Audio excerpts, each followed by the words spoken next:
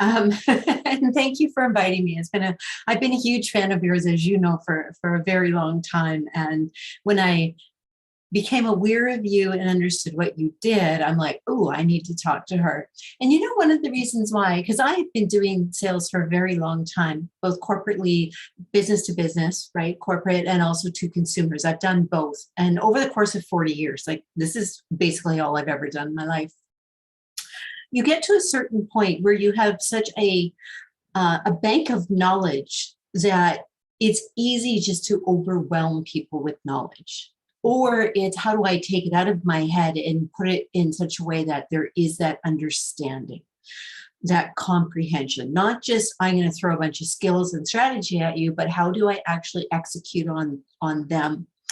What I really want to do in all of my work is to create self-directed people, self-directed leadership, so that they can navigate any sales leadership position with confidence and with clarity.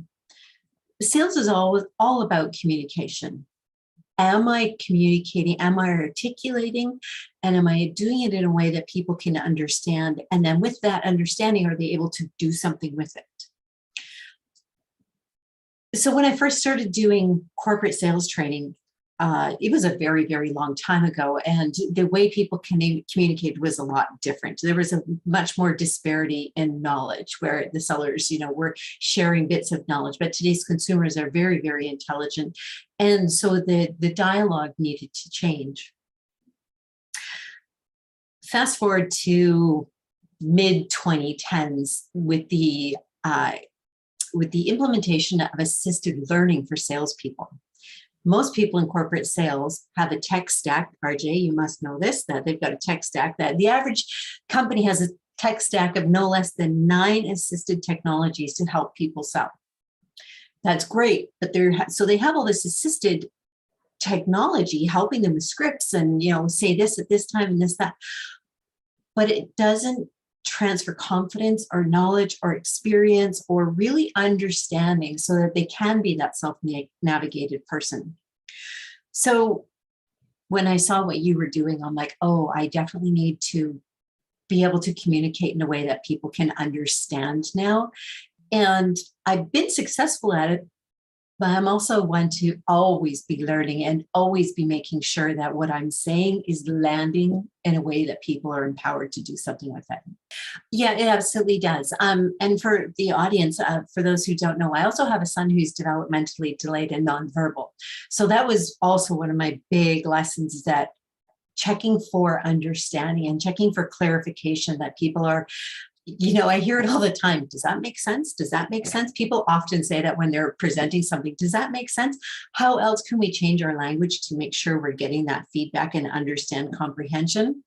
It made me, I think, Maggie, you were talking about RJ slowing down, but also Maggie too. Actually, across the board, everybody was talking about making sure that we're checking in and that people are really getting the message. It can be really easy to assume people understand what you're talking about. Right. And even coming down to agreed upon language, right? We see it all the time in corporate print training, safety training, and things like that. They talk about how to do things, but there's not agreed upon language, right? So even things just like that, it was just, when I understood that this profession existed, this adult learning, it made me stop and assess everything I was doing. What is the absolute purpose of doing this? Is it necessary? How does it bring value? How does it change the results? And that's what I love about it, is that it made me stop and think about the other person more. It really helps, and I'm sure everybody else would agree too, it really helps with making conversations easier and lighter. Yes. And they're so much more fun. Yeah. Right? Because when everybody agrees, we don't have to spend time beating around the bush and trying to struggle on how to relate to each other.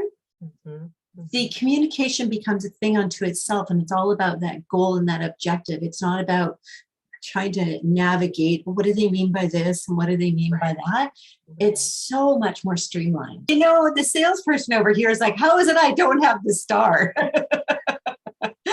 We got class perfecter, we got valedictorian, you got the star. I'm like, wait a minute, something's out of line here. Just kidding, just kidding. I love humor. That's another thing that adult learning can definitely introduce the humor as well. Yeah, you know, it's very universal. I'm going to say this because I talk to hundreds of people. I mean, I've talked to hundreds of thousands of people over my career, right? And, you know, in any given day, I can talk to tens of people, I can talk to hundreds of people or whatever, right? And I see there's such a definite lack in communication. Most of us stop our communication skills at the probably high school level-ish, and then we carry that into the rest of our professional lives. But our experiences outgrow that. Yeah. Right. We experience things at a different level, but we don't have the right language and capacity to match up to where we are. So I love it because it helps people really elevate their experiences and how they're able to learn and understand and show people a different way that they can be. So I love it. I'm a big fan. Where's my star? It too.